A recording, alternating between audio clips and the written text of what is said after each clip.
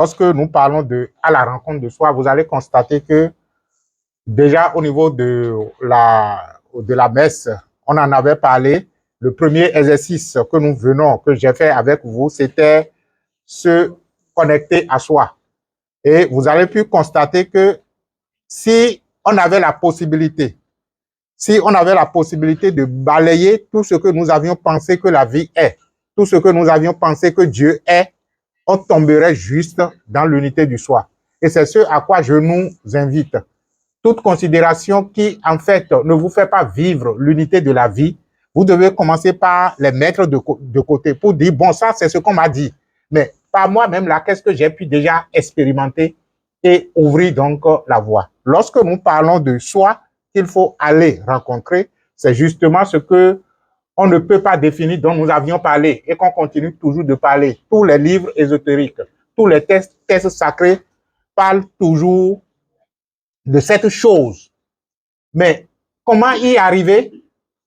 Comment se fait-il qu'on en parle si tant et que très peu de gens y arrivent véritablement? C'est là la grande problématique. Et moi, j'estime qu'il vaudrait mieux qu'on n'en parle plus. Parce que quand on prend un chemin et que le chemin ne nous donne pas satisfaction, l'intelligence aurait souhaité donc qu'on s'arrête pour se poser la bonne question. Mais le mal de l'humanité, c'est que l'humanité ne s'arrête pas pour se poser la bonne question. Et si, entre-temps, elle voulait s'arrêter, elle se pose naturellement la mauvaise question. Donc, le soi, on pourrait dire que c'est ce qui est avant même que toute chose ne soit. Et quand je dis ce qui est avant que toute chose ne soit, c'est pour, en fait, nous aider. C'est pour aider notre esprit humain à, en fait, à l'impossible de concevoir, reconnaître ce qui est.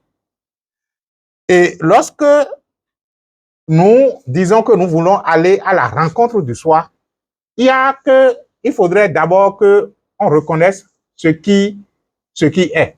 Ce qui est, c'est qu'aujourd'hui, nous nous sommes plongés dans une conscience qui s'est fabriquée. C'est ce qu'on appelle la conscience humaine. Si aujourd'hui, on arrive à parler de la conscience humaine, c'est qu'il y avait une conscience qui, entre-temps, n'était pas humaine. La conscience dite non humaine, c'est peut-être ce qui est avant que l'humain ne soit. Est-ce qu'il est possible, dans votre imagination, parce que c'est notre outil de perte, en fait, et c'est encore elle, l'imagination, qui est notre outil de salut. Imaginez qu'il y avait quelque chose avant que toute chose ne soit. C'est possible? Ah, c'est à vous que je pose la question. C'est bien possible, non? Est-ce qu'on peut aussi imaginer que quand rien n'est, quelque chose est?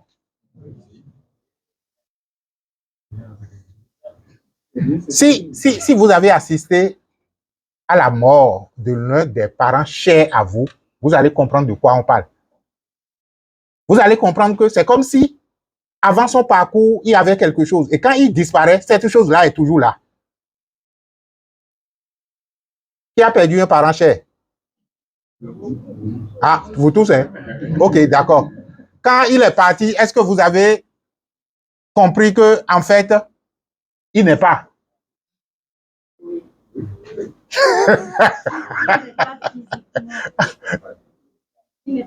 Non, moi, je ne veux pas rentrer dans cette dimension physique ou chose là. Je veux juste parler du constat.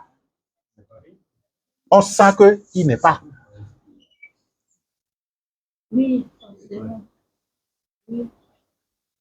C'est-à-dire que, localité à mon fils. Bon, mais on l'a bien dit. Et quelquefois, je me dis, mais vous allez constater que c'est comme si ça s'est passé dans un laps de temps. Et c'est ainsi que les choses fonctionnent. Tout ce qui apparaît disparaîtra. Et dans le fait que les choses apparaissent et disparaissent, c'est comme s'il y a quelque chose qui est et qui demeure. Comme si elle, la chose, est là, fait apparaître les choses et les fait disparaître en même temps. C'est ce qu'on pourrait appeler le pouvoir transcendant de la nature, le pouvoir transcendant de la vie. On pouvait appeler également notre pouvoir transcendant, c'est-à-dire que s'il s'agit de moi qui apparaît et qui disparaît, quand vous prenez de l'oignon que vous êtes en train de couper à la cuisine, là, si vous faites beaucoup attention et que vous êtes suffisamment présent, vous allez constater qu'il y a quelque chose qui n'est pas coupé pendant que vous coupez l'oignon. Pardon? Non, ce n'est pas ce qui pique. C'est-à-dire que quand vous êtes en train de couper, c'est juste un exemple que je prends, hein, vous allez constater que vous coupez l'oignon, mais il y a quelque chose que vous ne coupez pas. C'est pourquoi certains maîtres définissent l'être comme ce qui brûle sans brûler, ce que le feu ne peut brûler. Parce que quand vous mettez peut-être une bichette d'allumettes que vous allumez, ça peut brûler. Mais c'est comme s'il y a quelque chose qui n'est pas brûlé. Une brindille d'herbe que vous mettez au feu, paf, ça brûle. Mais si vous faites attention, vous allez constater que la brindille d'herbe elle-même comporte quelque chose qui n'est pas brûlé. Ça commence par venir. En fait, j'ai un défaut. Et je pense que c'est ce qui fait que j'ai du mal à peut-être, je ne sais pas, à admettre certaines choses. Tant que alors tu m'as dit, ouah, j'ai du mal à faire ces choses-là. Je demandais un jour, mais si la spiritualité a engendré ce qu'on pourrait appeler la mathématique ou les sciences, mais comment se fait-il qu'on ne peut pas scientifiser le fait que Dieu est? Et j'ai dit, bon, je prends un état par exemple comme la joie. On doit avoir une formule qui, appliquée, doit vous mettre en joie. Parce que ce sont les attributs soi-disant de Dieu. Je prends par exemple la santé. On doit avoir une formule qui, appliquée à la matière. Et là, j'ai compris que ça existe. Dans le temps, j'avais fait une expérience au cours d'une décorporation où c'était l'un des maîtres de l'école, c'était le maître Ouaga, que j'avais rencontré sur le plan intérieur, qui m'avait amené à une fréquence où on faisait véritablement la mathématique spirituelle. J'essayais de prendre note, mais en même temps, les secousses que mon corps intérieur recevait ne me permettaient pas donc d'y rester pendant longtemps. Le compte, c'est que toutes les notes que j'ai prises là-bas, là, quand finalement les secousses ne m'ont pas permis de rester et que je suis réintégré dans mon corps, j'ai tout oublié. C'est plus tard dans nos initiations qu'on a constaté qu'il y avait véritablement ce qu'on appelle la mathématique occulte qui permet donc de scientifiser les choses. Hein? Les gars. Donc, qu'est-ce qui s'est passé? Lorsque le soi est rentré dans la dimension humaine, il y a ce qu'on appelle la fabrication de la perception des choses qui a donné naissance à ce qu'on pourrait appeler la conscience humaine. La conscience humaine. Cette conscience humaine est une conscience forgée de l'extérieur. Parce que si on n'avait pas dit aux enfants comment ce monde est, ce qu'ils sont, ce que nous sommes, les enfants allaient développer certainement une autre perception. Quand je dis les enfants, c'est quand nous étions aussi enfants. Donc, à l'arrivée de l'être humain dans cette dimension-là, il y a une conscience qui s'est forgée, qui est une conscience de l'extérieur vers l'intérieur. On ne nous a pas permis donc d'explorer notre monde intérieur et de découvrir progressivement les choses. On nous a dit et nous avons adopté. On parlera donc de la conscience humaine. Ça peut être lié à la société, à la culture, à la formation, à l'éducation, à ci ou à ça. De toutes les façons, il y a une façon de percevoir les choses qui est née de nous à partir du moment où nous sommes, notre être, où notre conscience est venue en confrontation avec l'existence humaine. La conscience humaine s'est forgée. Maintenant, comment retrouver la conscience soi-disant divine, c'est-à-dire notre soi intérieur, le chemin du retour. La fois passée, quand j'étais à Lomé et je parlais donc je faisais une capsule sur les prières tonitruantes, j'avais demandé au maître Gosson, à la suite de ce que moi j'ai dit, de pouvoir intervenir. Et ce qui m'a en fait frappé dans son intervention, c'est quand il dit, mais il est facile de quitter la maison. C'est retourner à la maison là. qui est très difficile du point de vue métaphysique, justement. Parce que pendant qu'on quittait la maison, on avait la certitude que on ne pouvait pas manquer le chemin. Et voilà qu'on a quitté la maison et aujourd'hui, on a des difficultés à retourner au bercail. Comment ça s'est passé? Ce qui s'est passé, c'est en fait que lorsque nous sommes là et que nous avions été toujours là et qu'on sera toujours là, dans l'infinie possibilité que nous avons la possibilité d'être là et de dire que nous ne sommes pas là. Sinon, la possibilité ne serait pas absolue. Je parle métaphysique, hein. Quelquefois, bon, le langage semble être chose là. Je ne sais pas si ça se comprend. C'est-à-dire que nous sommes infinis, illimités, possibilité absolue. La possibilité absolue que nous sommes inclut le fait que même si nous sommes dans un endroit donné là, on peut dire qu'on n'est pas là. Ça fait partie de ce qui fait que la possibilité est infinie. Et c'est pourquoi ceux qui parlent donc du fait que dans le jardin d'Éden, on a c'est le serpent qui est le diable qui a induit la femme en erreur et que par la suite la femme a trompé l'homme et tout le reste là, ils n'ont rien compris. Le plan est soigneusement et efficacement élaboré par le divin lui-même pour dire, mes enfants, je vous ai engendré à mon image et à ma ressemblance. Créez tout ce que vous voulez. Et dans cette création-là, allez même jusqu'à me nier. Les gens vont s'étonner, les religions vont s'étonner pour dire, mais comment Dieu lui-même a donné l'ordre à ses enfants de le nier? S'il ne l'avait pas fait, il n'est pas tout puissant. Parce que s'il dit être tout puissant et qui nous faisons quelque chose que lui, il n'avait pas cautionné dès le départ, cela veut dire que sa toute puissance est remise en cause. Mais pour que sa toute puissance ne soit pas remise en cause, il était suffisamment intelligent pour dire, même dans ce que vous êtes en train de faire en me niant là, c'est moi qui vous ai autorisé à le faire. Et vous allez dire maintenant, quel est le dessein? Oui, donnez-moi quelques minutes s'il vous plaît. Pourquoi il a dit ça? Il a dit ça tout simplement parce que quand on fait semblant, ou du moins, bon, je vais utiliser le terme, quand on sort de la maison et qu'on revient encore à la maison, la chaleur devient beaucoup plus vivante. Avez-vous eu quelqu'un que vous aimez correctement qui s'est séparé de vous pendant un moment et qui est revenu? Comment vous ressentez ça? C'est beaucoup plus vivant, non? Ça fait partie même des conseils qu'on donne au couple. Si ça ne va pas, séparez-vous pour le moment. C'est-à-dire que la dame aille rester un peu chez ses parents. C'est-à-dire que là, ils nous mettons les comparer quoi? Au retour, là, ça devient encore plus vivant. Dieu a eu le même problème. On était avec lui et il a dit, bon, mes enfants, ce qu'on va faire là, nous allons échafauder ensemble un plan. Vous allez sortir de moi. Allez vivre comme si je ne suis pas là. Et quand vous allez sentir le besoin de revenir et que vous allez revenir, je vais vous accueillir chaleureusement. Ça fait, vous comprenez maintenant la parabole de l'enfant prodigue là. Et c'est le père qui lui a donné raison et qui lui a donné la liberté de partir.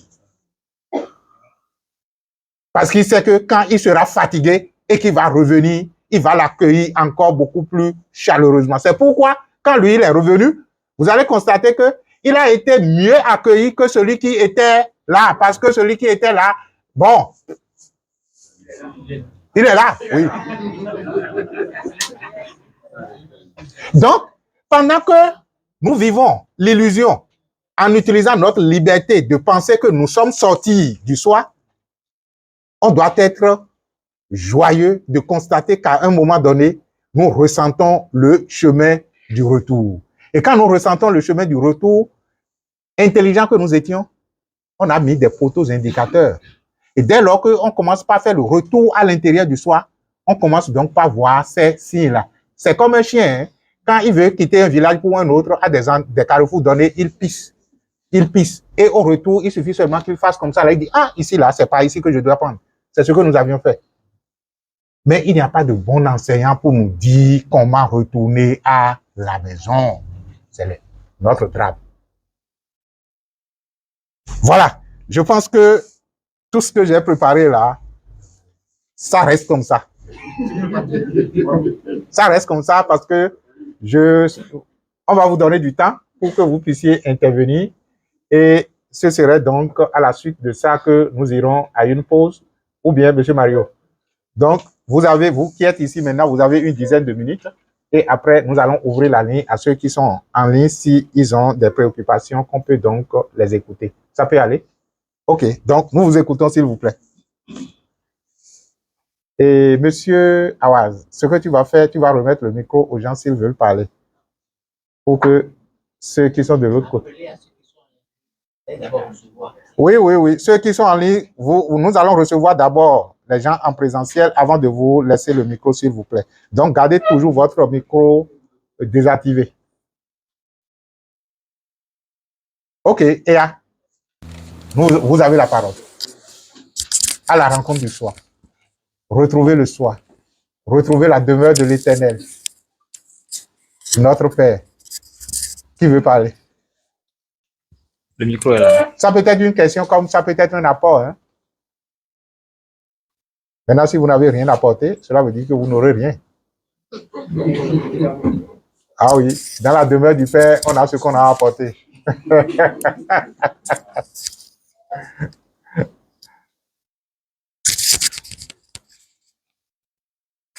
Oui, merci. Que les bénédictions soient. Oui, namasté, monsieur Dansou. C'est déjà allumé, hein, donc tu peux parler tout simplement. Je pense bien, hein, monsieur. OK. Bon, c'est votre dernière phrase qui m'amène à vous poser une petite question.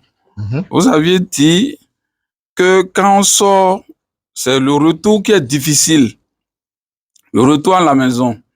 Mais nous n'avons pas de bons maîtres, sinon de bons enseignants qui puissent nous apprendre, disons, les techniques ou bien les moyens pour le retour. Tout à fait. Et par rapport à ça, moi, je voudrais poser la question.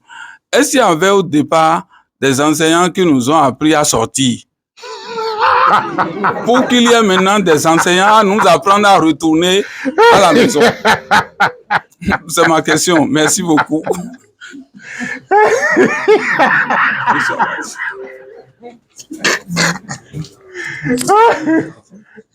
Pardon? Oui. Non. Il demande, bon.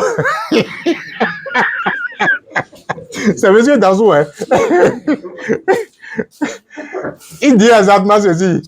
Que bon, on dit que c'est le chemin du retour qui est difficile et qu'on est sorti de la maison sans problème maintenant là pour retourner à la maison que ça pose problème. Et on dit qu'il n'y a pas de bon enseignant pour nous faire retourner. Est-ce qu'il y avait des enseignants qui nous avaient appris à sortir de la maison?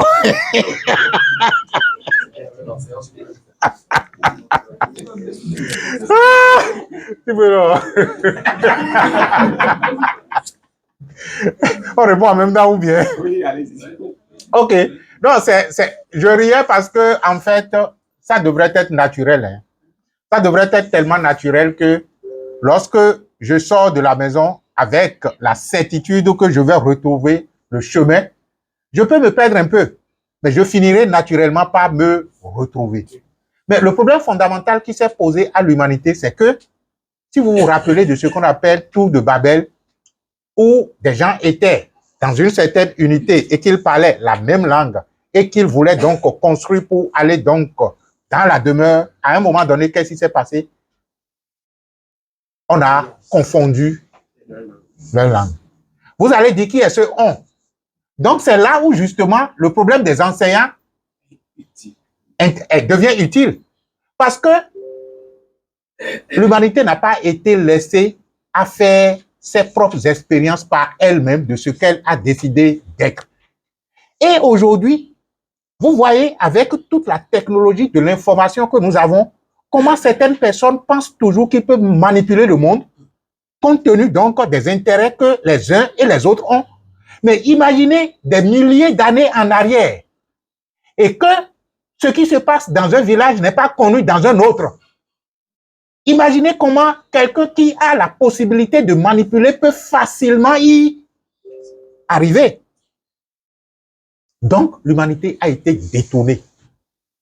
Aujourd'hui, quand on vous dit maintenant qu'on va faire l'histoire de l'humanité, mais vous ne pouvez pas trouver la véritable, disons la vraie histoire. Vous ne pouvez pas trouver. On va vous parler des singes qui sont devenus des hommes.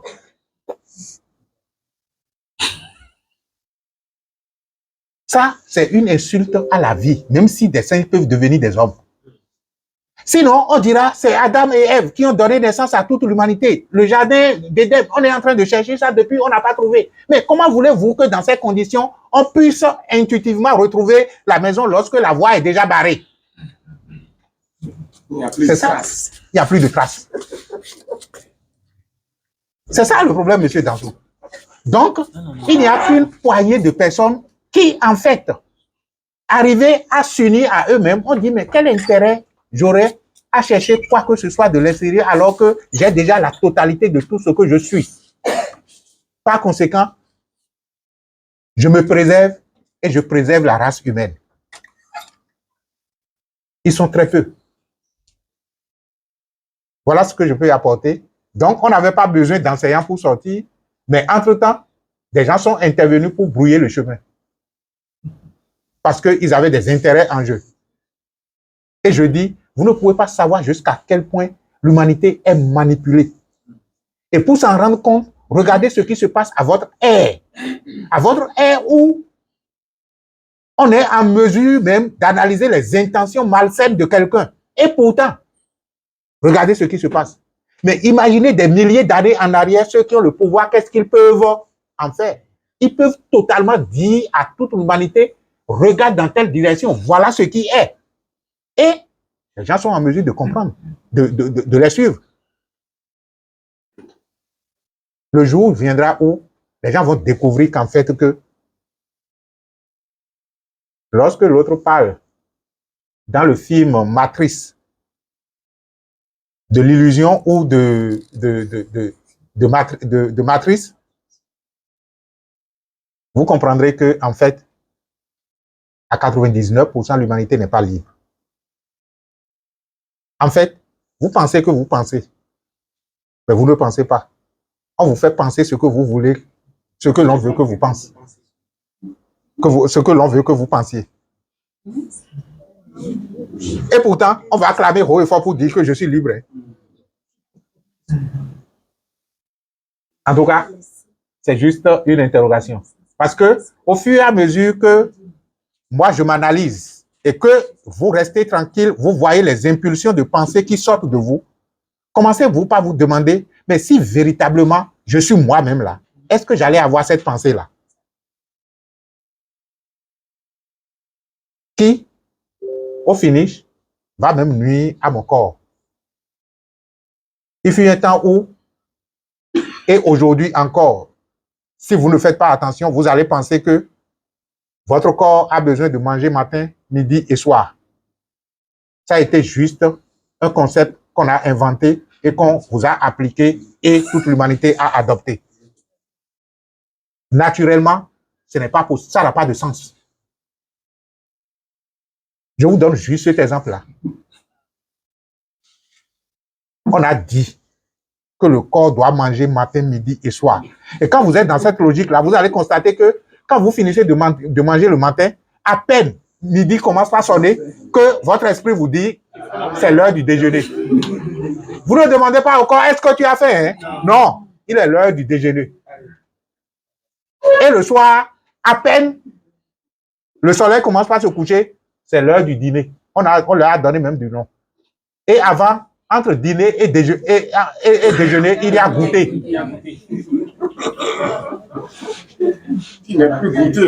Vos grands-parents qui se levaient très tôt le matin pour aller au champ, est-ce qu'ils connaissaient toutes ces phases de trucs là? Ah, c'est un exemple que je donne. Oui, quelqu'un d'autre. Ou bien on passe en ligne en même temps. Oui, monsieur Yakadia. Ah, excusez-moi d'appeler votre nom. Non, pas de souci. Dans votre développement, vous avez parlé de l'enfant prodigue. Oui. Est-ce que l'histoire de l'enfant prodige ne rejoint-il pas, je ne sais pas, je pose la question, et ne rejoint pas ce que les anciens Romains écrivaient sur leur tombe, à savoir, je n'ai pas été, j'ai été, je ne suis plus. Est-ce n'a pas similitude? Merci.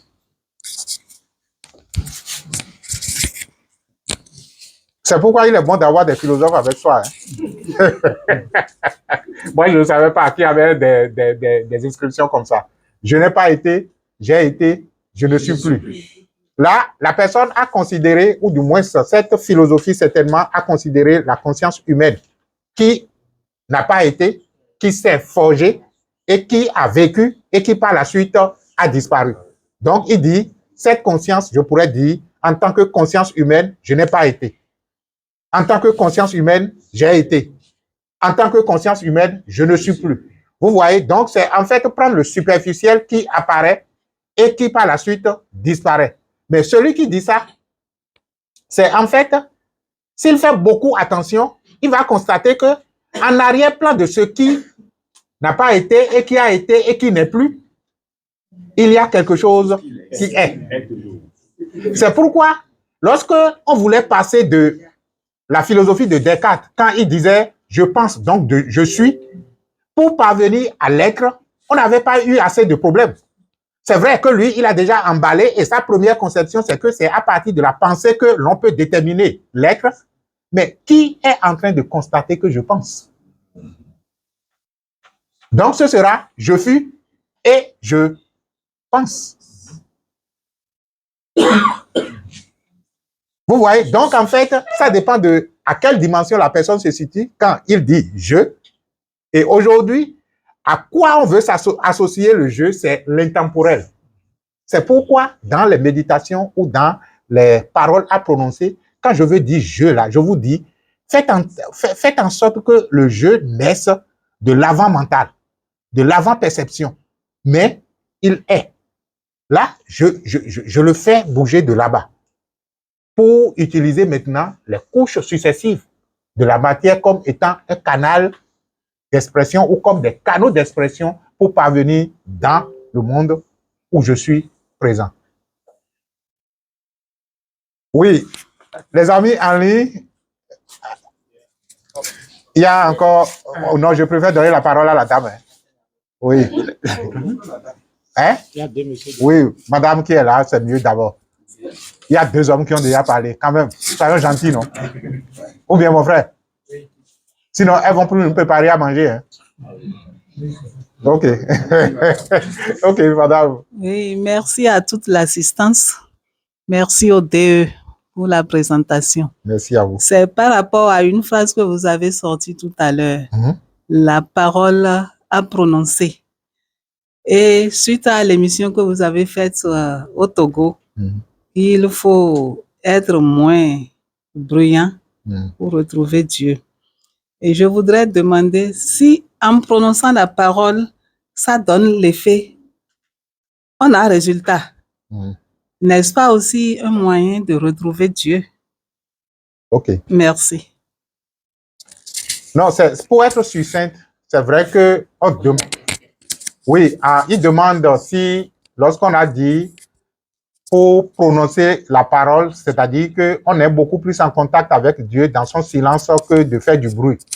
Et que si en prononçant la parole, on a des résultats, est-ce que ce n'est pas aussi bon de prononcer des paroles? Non, c'est vrai que, oui, c'est vrai qu'on demande de verbaliser. Mais verbaliser ne veut pas dire crier. Verbaliser ne veut pas dire de faire du bruit tonitruant. Ça veut dire juste faire sortir le son. Mais si je veux faire sortir le son, quand même, je dis « je suis un avec toi ». Tu m'entends, je t'entends. Au fait, ce qui fait la force de la prononciation de la parole, c'est quand vous-même, vous vous écoutez distinctement. Et pour s'écouter, est-ce qu'on a besoin de crier? Même si je murmure, je m'écoute. Donc, en fait, lorsque vous faites trop du bruit, vous créez dans votre psychologie que Dieu ne vous entend pas si vous parlez doucement. Cela veut dire que vous êtes en train de l'éloigner de vous, en fait. C'est pourquoi, quand bien même vous devez prononcer la parole, je suis un avec toi. Jésus n'avait pas besoin de micro dans le temps. Ou bien les micros existaient déjà, les haut-parleurs et tout le reste. Non. Donc, c'est je suis en toi, tu es en moi, toi et moi, nous sommes un. Écoute-moi. Et je sais que tu m'écoutes parce que tu n'as d'autre choix que de m'écouter. La personne dit qu'il est partout. Mais il faut l'éprouver, non? je l'éprouve. Maintenant, si je n'ai pas encore de résultat, c'est que je n'accuse pas le principe. Je cherche ce qui, en moi, ne me permet pas encore d'avoir le résultat qu'il faut. Et c'est sur ça que je travaille. Oui, Monsieur Mario, allez, ok, d'accord, nous vous écoutons. Comme il y a une question ici qu'on doit prendre, oui, Oui. c'était nécessaire. Oui, Merci, Monsieur le Dieu. Et moi, je voudrais que vous insistiez sur le contenu, ce qu'on peut retenir de la rencontre de soi. Qu'est-ce qu'on peut comprendre concrètement de la rencontre de soi et quel avantage cela apporte à l'individu et à l'humanité tout entière de nos jours?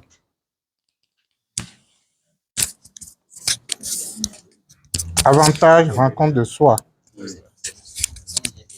À l'échelle individuelle et c'est bon? Ok. Il y aura d'autres instances où on pourra donc toujours échanger. Bon, la première personne en ligne demandait par où commencer le chemin du retour. Et je mets cette question en même temps en une corrélation avec la question qui dit que, bon, les chemins ne sont pas les mêmes, les connexions ne sont pas les mêmes. Comment être sûr que vous êtes connecté?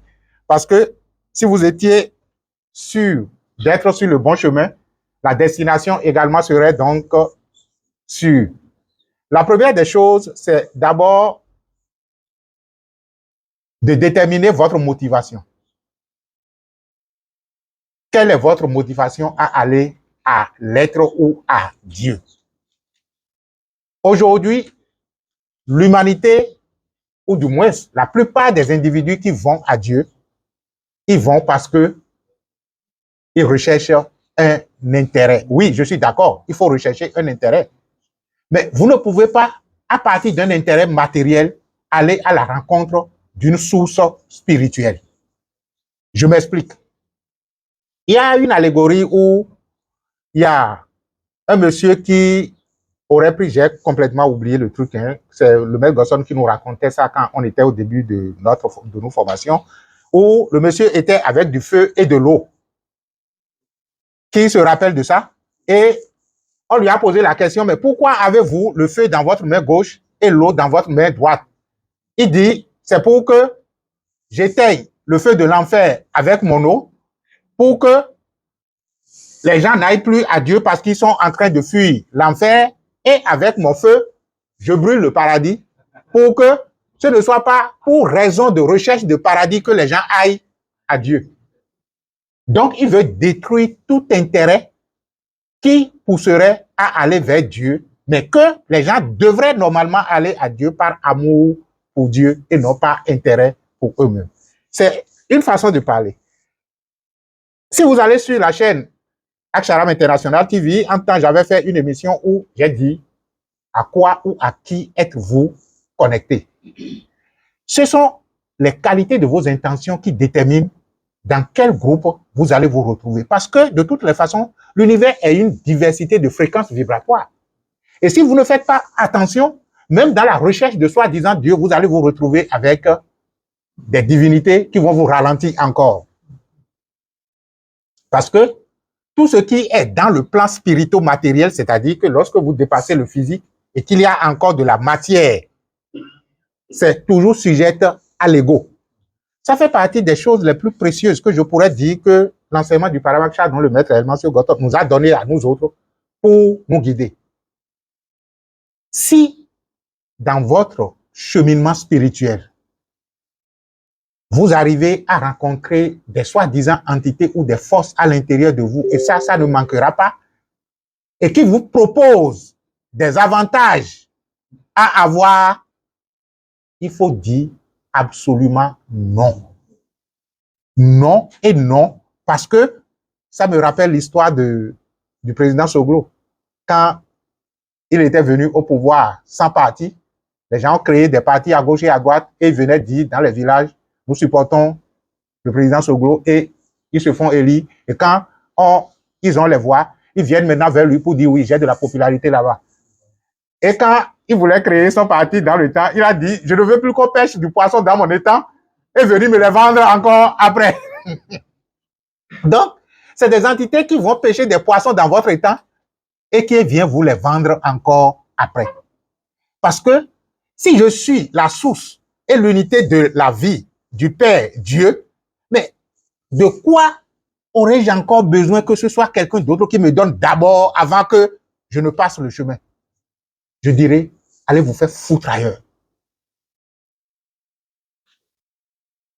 On se réserve de raconter nos expériences personnelles, mais à partir de ces expériences, on est suffisamment outillé pour vous dire, en fait, ce que le chemin est. Vous en rencontrerez encore et encore. Et si votre motivation n'est pas pure et parfaite, vous allez constater qu'il y aura toujours de ces trucs-là qui vont, et si vous tombez dans le trou, c'est peut-être cette incarnation-ci que les dégâts vont se faire sentir. Mais c'est aussi possible que ça soit à d'autres incarnations que les dégâts vont se faire sentir. Parce que toute entité qui va piocher quelque énergie que ce soit, dans quelque dimension que ce soit, est redevable à la dimension. Donc, quand l'heure de la redevabilité va sonner, il dira, mais je l'avais utilisé ici. Et qui est ici? C'est encore vous, parce que en fait, par elle-même, elle n'est pas autonome pour générer le pouvoir nécessaire pour faire la compensation. Ça veut dire que c'est toi qui vas payer. Donc, par où commencer, c'est d'abord la motivation. Et lorsque vous déterminez votre motivation à aller à la rencontre de Dieu, l'indice qui permet de savoir si vous êtes sur le chemin, c'est jusqu'à quel point ce chemin vous connecte à vous-même. C'est-à-dire que c'est vrai que quelquefois, vous aurez des maîtres à l'intérieur de vous qui vont travailler avec vous. Mais moi, à des moments donnés, je dis, je ne veux même pas les voir. Parce que je ne veux pas qu'ils soient entre moi et moi. Qu'ils me conduisent à moi, ok, d'accord. Et vous ne verrez aucun maître authentique venir s'initier dans votre vie pour dire que c'est-à-dire c'est moi qui vous accorde 6 heures. S'il l'accordait, il pouvait retirer. Il vous accompagne. Je vous donne ces quelques indices pour vous montrer qu'en fait, que si vous êtes fasciné par la splendeur des mondes intérieurs, vous pourriez naturellement vous faire connecter à tout et à tout.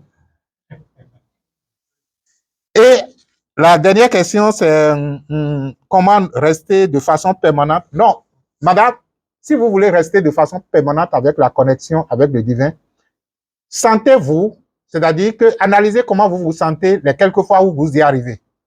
Identifiez les choses que vous faites ou les états d'esprit que vous adoptez qui vous mettent dans cet état-là et multipliez-les.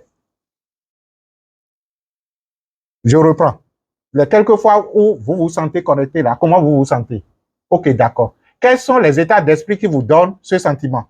Quelles sont les choses que vous faites dans la vie qui vous donnent ce sentiment? Multipliez-les. Voilà la façon la plus simple.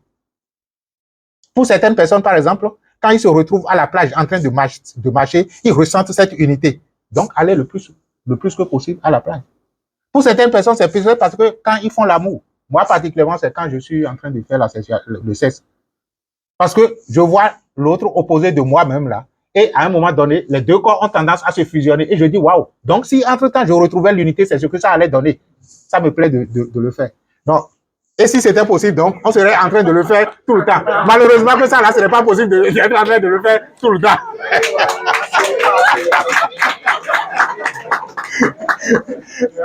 C'est une façon de parler. De la même façon, quand vous mettez, par exemple, un aliment succulent dans la bouche, vous ressentez quand même que la bouche, il y a quelque chose qui est rentré dans quelque chose. Donc,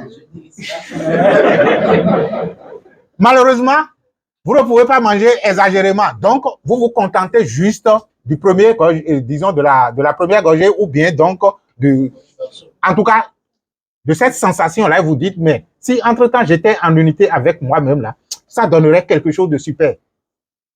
Je discutais entre-temps avec le maître Gosson quand il disait, je lui parlais donc de l'art sacré du sexe et de sentiments et tout le reste. Et il dit, ce que tu ressens là, au finish, tu dois pouvoir être en mesure de provoquer cela sans le partenaire extérieur.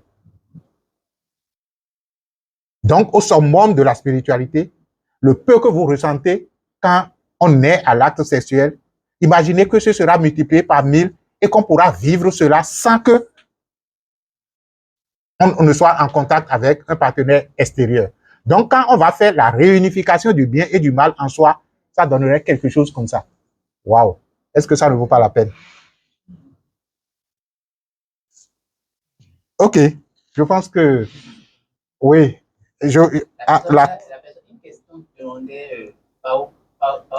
Par où commencer, j'ai déjà dit. Comment être sûr, j'ai déjà dit. Façon de communiquer, j'ai déjà dit. La seule question à laquelle je n'ai pas encore répondu, c'est les avantages de la rencontre du soir. Mais tout ce que nous sommes en train de dire ici, ce sont déjà les avantages. Quand vous allez vous unifier à vous-même là, c'est comment vous allez vous sentir. Mais quelquefois, vous y arrivez, comment vous vous ressentez. Et si toute l'humanité pouvait se sentir être ainsi, personne ne voudra mal de personne. Ce serait la paix. Quand on parlait dans la Bible du moment où les loups et les agneaux vont rester ensemble, en fait, c'est ça. Quand chacun va s'unifier à lui-même là, et pourrait donc puiser à la source, il n'aurait plus personne qui va jalouser personne parce que la source est abondante, infinie et illimitée. Ce sera donc le plaisir de prendre de la source et de donner. C'est pourquoi, s'il y a des gens pour recevoir pendant que j'ai la possibilité de prendre de la source, je donne avec joie parce que au moins lui, il me permet donc d'expérimenter la source.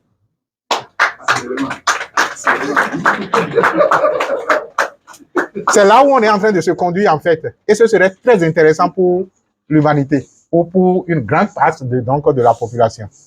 Merci.